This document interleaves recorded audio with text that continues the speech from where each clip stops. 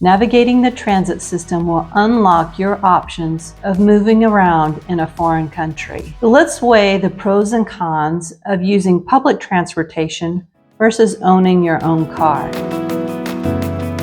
Welcome to Expats Toolkit, your one-stop destination, how to go about moving and living abroad. Today, we're going to delve into what every expat must figure out, and that's navigating the transportation system and decide if you should purchase a car or just ride the public services available to you. When it comes to getting around, there's a lot of things to consider: cost, timeliness, cleanliness, safety, convenience, the variety of services available to you. Let's break it down step by step to see what works best for you.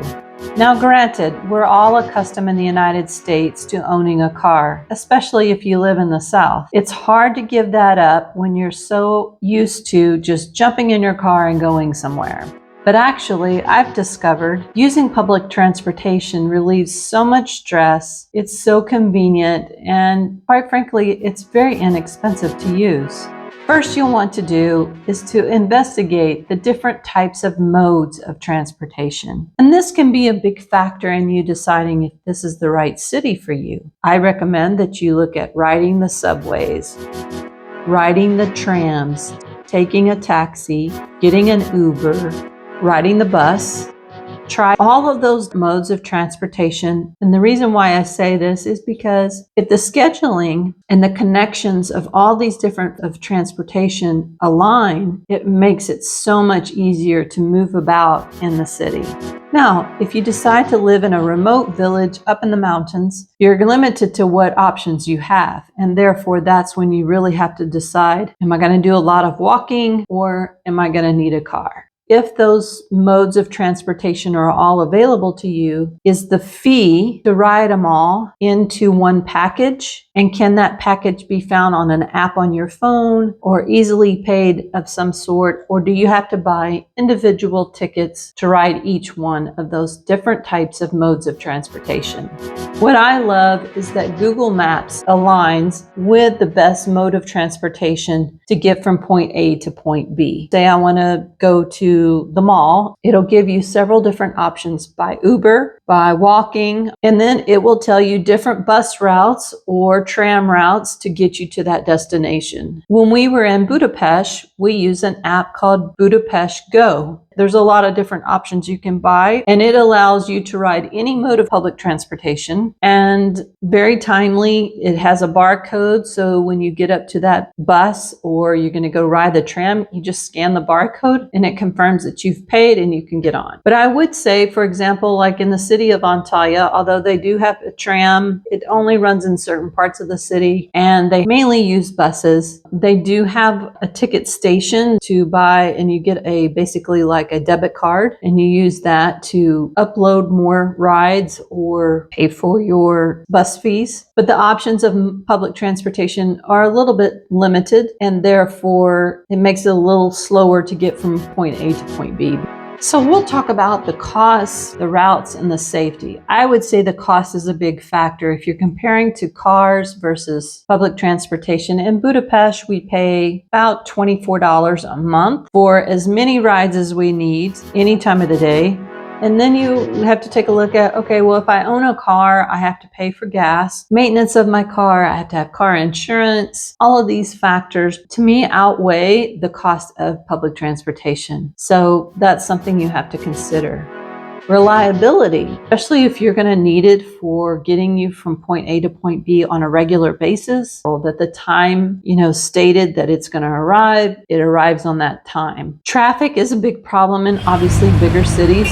So you have to be very diligent about navigating traffic well or understanding the public transportation and how that schedule works. Again, I find that public transportation is very on point when it comes to schedule and reliability, and I will always say that it's the best route. Safety, that's a big factor, especially if you're traveling alone. When you're looking at cost of purchasing a car, that's a lot of cash put into a vehicle. You'll also have to take in consideration the cost of gas, the maintenance. You have to have an inspection on your car yearly. parking, all of those costs can add up very quickly. Now, is there convenience of owning a car? Sure, because you can drive to the mountains whenever you want to, or you can leave on your own schedule. Or if you want to go to the supermarket and buy quite a bit of things, it's easy to put it all in the car and bring it to your house. Those are some conveniences. Safety, I always say that comes with judgment. Honestly, I don't like driving in Turkey just because the safety issue here is just not good. These are things that you have to weigh out when you're deciding what type of transportation service you want to utilize. Next on the list is talking about schedule, timeliness, and cleanliness. The convenience of schedule on a public transportation ranges depending on the system set up, but I have found you want to identify that there's a schedule that meets your needs. So if you're traveling from A to B frequently and you need to have it offered throughout the day, you need to check that schedule. If there's limited schedule service, then that's going to be something that you're going to have to take into consideration when planning that trip. Obviously, there's some great benefits to public transportation when there's different modes of transportation. If that service is not meeting your deadline, then you can obviously take the metro or take a tram or ride an Uber. These are other options that are available. So you have to look at that. Having a car allows you a great deal of flexibility on your schedule, but you also have to consideration of traffic, road construction that can affect your schedule. Timeliness, you want to make sure that they are punctual. If it says that the bus arrives at 2 minutes, you want to make sure that that is the case, because that is something that you're going to rely on and you don't want it to be off. We found out that when we traveled in Portugal, that the public transportation system was not timely. Even though it may say that it was arriving in 5 minutes, it may be 10, 20 minutes before it showed up. So these are things that you have to take in consideration. And that's why it's so important on your scouting trip of looking at all the avenues and moving about within the city.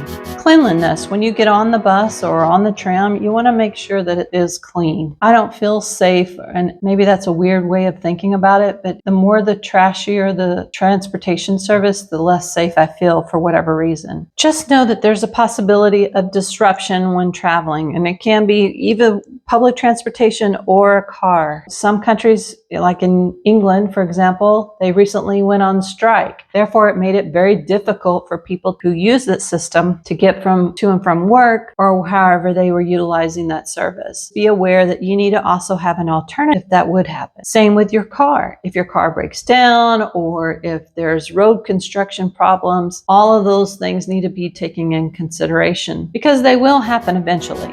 Commute time is probably the most critical piece of it all. You want to make sure that there's a reasonable amount of time between point A and point B of where you're trying to get. For example, here in Turkey, the number of stops, there's so many, it takes a while to get to your destination. You want to make sure that, yes, there's going to be some stops, but timely. Same with driving. I've noticed when I look at Google Maps, sometimes riding public transportation takes a shorter amount of time than driving. So these are all the factors of what is important to you.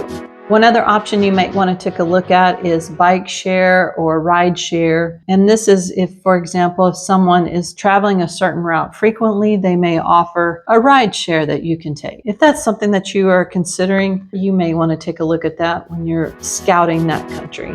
There's pros and cons to both. So let's take a look at the pros of public transportation. And that is affordability, having extensive routes, timeliness, convenience. You don't have to think about it. There's no stress involved. Also, there's an environmental factor into that. The pros of owning a car is even greater flexibility.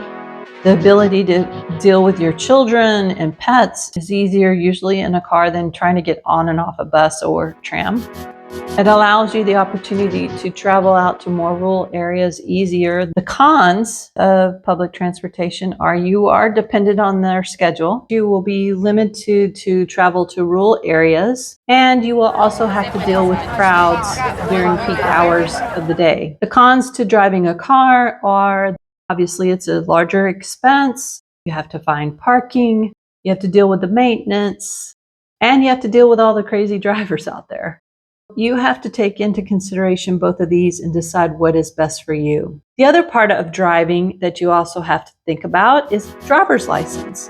In the United States, we get issued a driver's license, but not all countries recognize the United States driver's license. Therefore, you have to first find out, do they recognize it? And if they don't, that means you've got to go through driver's school.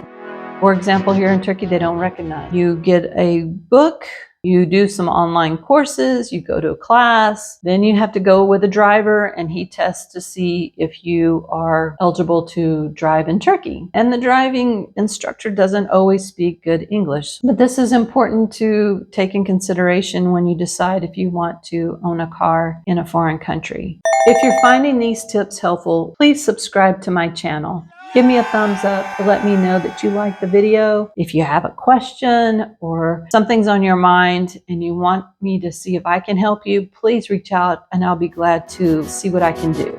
Remember, whether you're hopping on a train or cruising around in your car, navigating the transportation system is key to your life living abroad.